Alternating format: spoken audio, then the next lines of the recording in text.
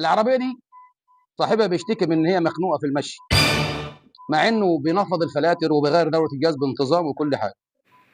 لما جه عندنا بقى عملنا ايه؟ تركايه بسيطه كده نعلمها لكم عشان كل الناس تعرفها وتبقى صيانه دوريه ليكم. خلي بالك العربيه 23، ها شوفوا بقى المشكله اللي كانت فيها ايه.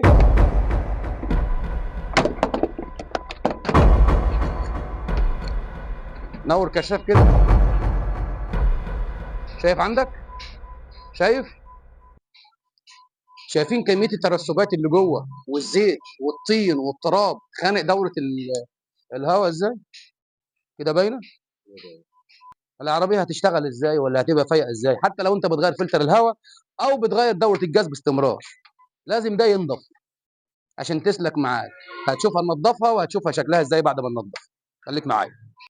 الكوع اتغسلت ونطفي، هنشفها بالهواء عشان ما يخشش هواء في التربو، ميه ولا حاجه. تعالى كده هات البيدوز ده، بص كده.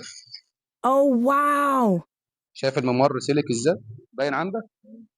طيب كده انت في الامان، والدنيا هتظبط معاك والعربيه هتسلك ومش هتحس باي خنقه. كل كام غيار كده اكشف عليها، عشان الهواء والتراب ده اللي بيترسب في الكوعه دي هو اللي بيخنق العربيه، مش فلتر الهواء بس. خليك مع البلدوزر، هتفضل دايما في امان. سلام عليكم.